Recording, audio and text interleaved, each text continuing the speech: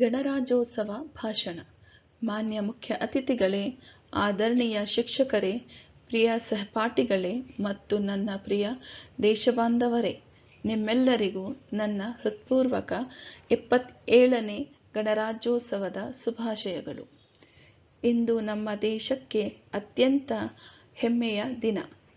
1950ರ ಜನವರಿ 26ರಂದು ಭಾರತವು ತನ್ನದೇ ಆದ ಸಂವಿಧಾನವನ್ನು ಅಂಗೀಕರಿಸಿ ಸಾರ್ವಭೌಮ, ಸಮಾಜವಾದಿ, ಧರ್ಮ ನಿರಪೇಕ್ಷ, ಪ್ರಜಾಸತ್ತಾತ್ಮಕ ಗಣರಾಜ್ಯವಾಗಿ ರೂಪುಗೊಂಡಿತು.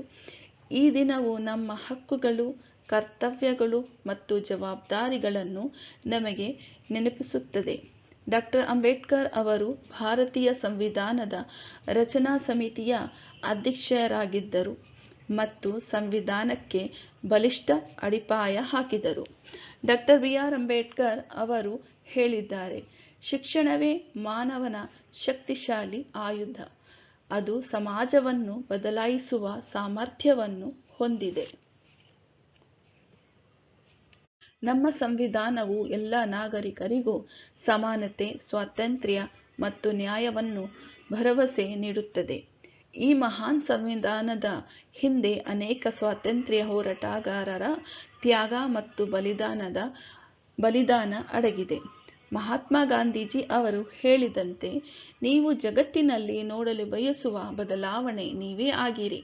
ಈ ಮಾತುಗಳು ನಮಗೆ ದೇಶದ ಪ್ರಗತಿಗಾಗಿ ನಾವು ಸ್ವತಃ ಜವಾಬ್ದಾರಿ ಹೊರುವ ಅಗತ್ಯವಿದೆ ಎಂದು ತಿಳಿಸುತ್ತವೆ. ಯುವಜನರಾದ ನಾವು ಶಿಸ್ತು, ಪ್ರಾಮಾಣಿಕತೆ ಮತ್ತು ದೇಶಭಕ್ತಿಯೊಂದಿಗೆ ಭಾರತವನ್ನು ಮತ್ತಷ್ಟು ಬಲಿಷ್ಠ ರಾಷ್ಟ್ರವನ್ನಾಗಿ ರೂಪಿಸಬೇಕು. ಜವಾಹರಲಾಲ್ ನೆಹರು ಅವರು ಹೇಳಿದ್ದಾರೆ, ದೇಶದ ಭವಿಷ್ಯವನ್ನು ರೂಪಿಸುವುದು ಇಂದಿನ ಯುವಜನರ ಕೈಯಲ್ಲಿದೆ.